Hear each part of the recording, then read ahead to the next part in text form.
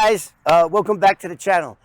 Today, I am pumped up and charged because I hate liars. I hate them, I hate them, I hate them. So, but this time I got my notes and I got all my documentation. I first want to touch on, let me explain about Beverly and Merrill. They flew right in my eye. Beverly and Merrill. And this vlog is going to be about the truth vlog. So that's why we're going to be referring to her by her true name, which is Beverly Ann Merrill. Date of birth, July 29th, 1962. And she was adopted, as most people know. And we're going to talk about the adoption thing, too, and how she telling everybody she's Italian when the truth is she doesn't know what she is. She was adopted. So after my lawsuit was settled, in 2010, I really stopped watching The Real Housewives of New Jersey because I heard she got fired. And I heard she was a special guest or something. So I haven't seen the show for a while. But I did a couple of years ago, heard that she married this sports guy named Marty. The biggest wuss I ever seen and heard of in my life. That's right, Marty, you're a wuss. And I hope that I never run into you one day when you're inches away from a pool because one of us is going to get wet. Anyway, I watched a podcast with this guy, Marty. Now, when I first heard about him, I said, oh, this poor sucker. I heard he was such a nice guy. And my heart went out to him because I go, this poor naive guy is gonna lose everything when she gets her hooks in. So, but that wasn't the case. Then after 3 months of marriage, he filed for divorce. And this is one of the reasons why I'm really ticked off with this guy, amongst other things. He buys a house with her. He figures out within 3 months this woman's no good, files for divorce. That's okay. Took her a while to respond. Then she responded with 21 things, accusing him of 21 charges, and I'm told one of them was rape and assaulting her, just like what she did to me. Said I raped her on a bed of broken glass, that I hung her puppy, killed her puppy. She just throws things out, right? So obviously she didn't learn her lesson by slandering people with lies. So he was asked during the pod to tell what's the 21 things that she accused him of that were all lies. Well, Mr. Knight in Shining Armor, he said, and I'm not quoting him, something that's the effect, well, I don't want to get into it. I wish her the best, and da-da-da-da-da-da-da. Man, Danielle, what do you got on this guy? So, but anyway, he's that guy, if it wasn't for guys like him, there would be no such thing as a gold digger. So all the gold diggers now, if they ever see him in a bar or in a restaurant, just walk up to him, and in a couple of weeks, you'll marry him and get all his money. That's what he is. So that's what that guy, oh, and the other thing that he did that annoyed me was he said, well, her ex-husband, he's talking about Staub, he mentioned him, but it should have been her ex-husbands, plural. He did not mention me. And why wouldn't he? Because if he don't want anything coming out bad about her, he certainly wouldn't be quoting me or my book, Cop Without a Badge. Wouldn't be doing it. Would not be doing it. So he's just you get what you deserve there, Marty boy. And to think that I was actually feeling sorry for you for the last couple of years until I did some homework. So now I'm armed with my homework. Okay, now let's talk about something that Danielle Staub said in a recent blog or iPod. She was on somebody's show. She said, I was just a child. I had no support from my parents. BS. First of all, she got arrested She gets arrested June 24th, 1986. 1 month before her 24th birthday. Does not make her a child. Okay? That's a grown woman, 24 years old. And as far as her parents not giving her support, those people were on the phone with her. They got clergy to write to the judge when after she got arrested, and the whole 9 yards. They were very supportive. She's a liar, and she wasn't a child. And the dates of her arrest, which, by the way, I have them right here. All the newspaper clippings, and they're very damning. So, let's talk about what she was charged for and what she wants to lead people to believe that it was just a first arrest and it was nothing. Kidnapping. Once upon a time, not too long ago, kidnapping was a capital offense. And for those of you that don't know what a capital offense means, it's an offense punishable by the death penalty. Okay? That's what she was arrested for. Okay? So now, let's get into her arrest. On June 24th, 1986, she was arrested by the FBI. Now, the victim in this case, it wasn't a clean guy. He later on served time in federal prison. He was a drug dealer. His name was Carmine Centinella. At the time, he was 22 years old. Now, let's stop right there, and let's talk about what most women get arrested for. They get arrested for passing bad checks. They get arrested for credit card fraud, insurance fraud, embezzlement, all non-violent crimes. Most women. But now we're not really talking about a woman. We're talking about a female. And that's how, she's not a woman. She's a female. So when most people get arrested, the police come to your door, knock on your door, or the FBI. Are you Here's some information. Beverly? Are you Beverly Merrill? Yes. Oh, you're under arrest, and they read the rights. That didn't happen when she was arrested. Let's see what happened. And I'm going to post this.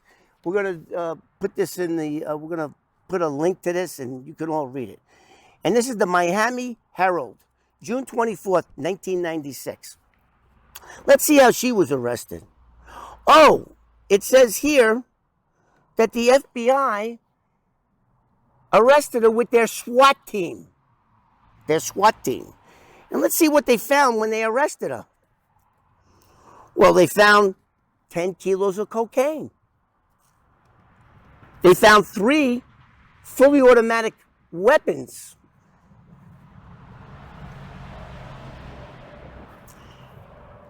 What is it? 7 bombs. I read on the other article. And 7 bombs, 45 caliber bullets. I mean, they raided this place. She just wasn't, come with us, put the handcuffs on the floor, on the front. No way. So all of these newspaper clippings, I got them all. Tampa Bay Times, June 24th, 1986. Look it up. FBI resumes man held for ransom. Miami News, June 24th, 1986. And now they figure out that the guy that was being held ransom was in fact a drug dealer. Look at that headline. I hate it when people lie. I hate liars with a passion. I was with this woman for 3 years, and there's plenty of stories, and they're all going to come out. They're all going to come out. And as I did the last vlog, I put my hand on my left hand on my Bible and my right hand to God that everything that I'm telling you is the truth. And now I am going to pull her court documents out to see exactly what she did. Now,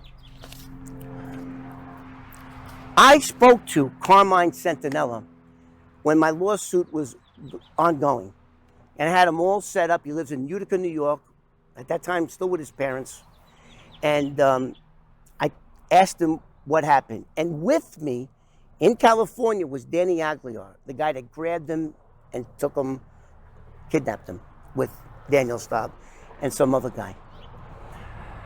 So I'm talking to the guy, Centinella, the victim, and he was a victim, but he was also a drug dealer. And I had Danny Aguilar there, and the two of them got on the phone. It was a speakerphone call, and Danny apologized to giving him a beating. And his response was, "That's okay, man. I totally understand she lied to you. And the beating that you gave me was nothing compared to the beating she gave me. Using a pistol whipped him, put the gun in his mouth, called his father up and said, if you don't wire, what dumbasses, wire the $25,000 ransom, we're going to blow his head off." And he's talking with his father with a gun in his mouth at the hands of Beverly Merrill, now known as Danielle Staub. So, and then, you know, so I just wanted to cover her arrest, which I think I did in here. And then we're going to, what else? I mean, there's so many things, so many unbelievable things that she did. And especially the things that she did to me. Let's go a little further here. I married her. We were trying to have a baby. Okay? And this, of course, is before DNA. This was 1989, 88, 89. We're trying to have a baby. Then I suspect that she's cheating on me. Okay? So now, I'm an FBI informant. I have access to the FBI databases. Anything I want to find out. All I got to say is it's for this case number so-and-so. They run plates. They do anything that I wanted. So that's who she knew me to be. And yet, Miss Dumbass thought she could just lie to everybody and get away with it. So what I did, and a lot of people might be saying, oh, a lot of people are jealous of her. And back then she was hot. Back then when I first met her, she was 24 years old. And she was hot. And she was very sexy. And she, you know, she was all that and a bag of chips. So, you know, not so much now as she's pushing 60 years old. So, a lot of people may think that it was hearsay, some of the things that she did. It wasn't hearsay. Because what I did, I had rented an apartment for her. I put the utilities in my name, including the phone. And what I did was, I gifted her this phone. Not this exact one, but this exact model. This is a 1986 cordless phone from 1986, brand new in the box.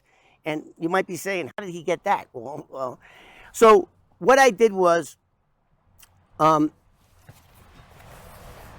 base unit and the headset have to be, the channels have to be the same, right? So I gave her one, I took the other one, had my frequency mirror the base. So this was like an extension. Then I had a tape recorder, a cassette tape recorder, with the mic with a suction cup that went on the back of the earpiece to put everything up. And then, so what I did then was, so every time her phone rang, my phone rang. So every time I wanted to check to see if she made an outgoing call, I simply turned the headset on. If she was talking, leave it on and start recording. So, and this also, this I still have it from 30-something years ago, from 1986. I then turned this on the drug dealers, and I'll tell you, that's a really cool story, how I wiretapped like 20 drug dealers with this phone. So, but anyway, Those are just some of the things that I wanted to hit on.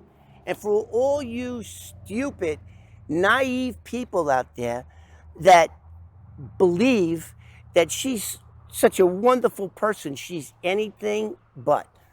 Anything but. So the other thing that I wanted to talk about, I started and I got sidetracked, is we're trying to have a baby. Now, what woman would do this to her husband? And I'm trying to have a baby with her, and it's not working, and we would have sex, and she would literally, right after, stand on her head, on the headboard of the bed, and just stand on her head so everything went where it was supposed to go. And thank God Almighty, that never happened. And so she did this. And then with the help of my little wiretap, I found out firsthand, her voice, the other guys, all these guys that were calling. They were either trying to date her or she was negotiating a price for sex. She was prostituting herself.